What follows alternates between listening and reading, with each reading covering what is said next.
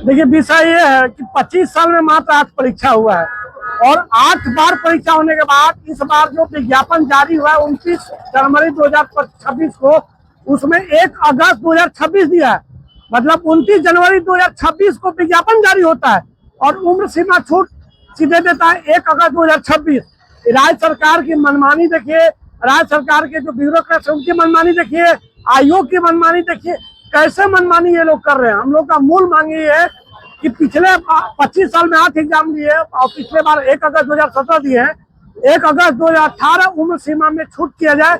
इसी मांग को लेकर हम लोग डटे हुए हैं और हम लोग इसी मांग को लेकर एकदम आज राज्य सरकार के विभिन्न पदाधिकारियों से मिल चुके हैं, मुख्यमंत्री से मिल चुके हैं, सारे मंत्रिमंडल से मिल चुके हैं।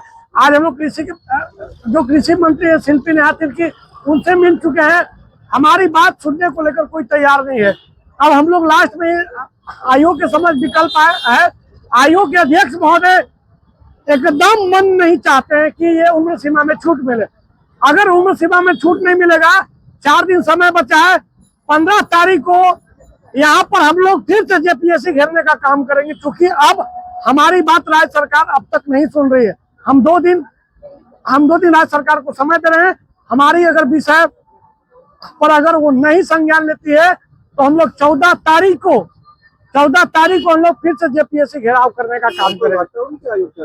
वार्ता पूर्व में हुई थी, अब ये लोग मिलना ही नहीं चाहते हैं। ये लोग मिलेंगे तब ना वार्ता होगा सर, ये लोग मिलना ही नहीं चाहते हैं। हम यहाँ जेपीएससी सचिव महोदय से यही चाहते हैं कि वो हमारा अपर एज लिमिट जो है 2026 कर दिया गया है, उसको संशोधित करते हुए 2018 किया जाए। उसके बाद कार्मिक से बोला गया आग्रह करेंगे, तो बात थोड़ी ना है। कार्मिक के जो ब्यूरोक्रेट्स हैं उन्होंने कुछ फाइल्स आगे बढ़ाया था, लेकिन उसमें कैबिनेट में सहमति नहीं बन पाई। क्या लगता है मुश्किल लग रहा है आगे आने वाले? नहीं, हमें माननीय मुख्यमंत्री हेमंत सोरेन हमारे बड़े भाई से पूरा उम्मीद है कि वो हमारे मांग को सुनते हुए वो उम्र सीमा को 2018 करेंगे और हमारे जैसे हजारों लाखों जो झारखंड के युवाओं हैं और जो झारखंड के अभ्यर्थी हैं जो इस राज्य को सर्व करना चाहते हैं उनको मौका दें। आपको लग रहा है कि 2018 होने से आपके तमाम लोगों को शामिल होगा? जी बिल्कुल, 2018 होने से हमारे जैसे बहुत सारे अभ्यर्थी हैं वो एग्जाम देने के लिए एलिजिबल हो जाएंगे। हम लोग मुख्य रूप से जेपीएससी में जो पारदर्शी प्रक्रिया में जो अनियमितता बढ़ती जा रही है, जिसको लेकर के आ रहे हैं, इसमें मेरी तरफ से 2 मांगे मुख्य रूप से है। पहली तो यह है कि उम्र सीमा जो है इसे 2026 किया गया है, तो उम्र सीमा घटा करके इसे 2018 किया गया। इस चीज़ को लेकर के आए हैं, क्योंकि बहाली रेगुलर नहीं आ पा रही है और हम लोग जो बार बार जो अवसर मिलने वाला है उस अवसर से हम लोग वंचित रह जा रहे हैं। तो हम लोग चाह रहे हैं कि लगातार अवसर मिले ताकि हम लोग भी सरकार का हिस्सा बने और मैं एक दिव्यांग अभ्यर्थी होने के नाते मुख्य धारा में भी आ सकूं और अपने जीवन को व्यतीत कर सकूं। और साथ ही साथ जो समाज में मैं देख पा रहा हूँ, महसूस कर पा रहा हूँ कि मुख्य धारा से जो कटे लोग हैं उनको कितनी कष्ट होती है, तो इस चीज़ को मैं खुद महसूस कर रहा हूँ। तो इसको अगर जब मैं प्रशासन में आ जाता हूँ तो मैं इसको दूर करने का प्रयास करूँगा।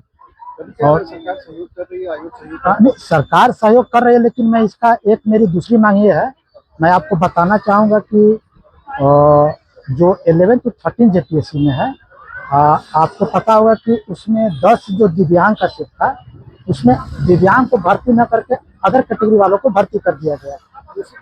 हाँ, दूसरी कैटेगरी में।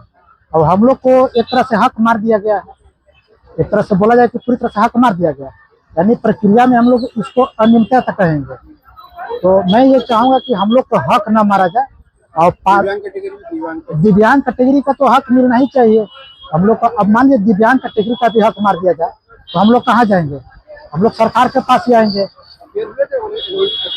हाँ, अपेयर हुए थे, मैं एग्जाम भी गया था, मेंस भी लिखा हुआ था सब, लेकिन क्या है कि पारदर्शी प्रक्रिया होने के न होने की वजह से मैं इससे बाहर हो गया हूँ।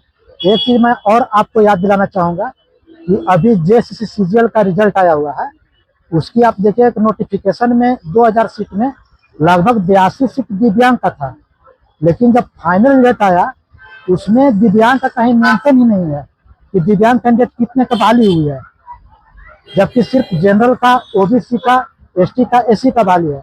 तो इससे हमें संदेह भी होता है कि कहीं मेरा हक जो है वो कहीं मारा तो नहीं जा रहा है, हमें मेरे हक से वंचित तो नहीं किया जा रहा है। मेरा नाम गोल्डन है।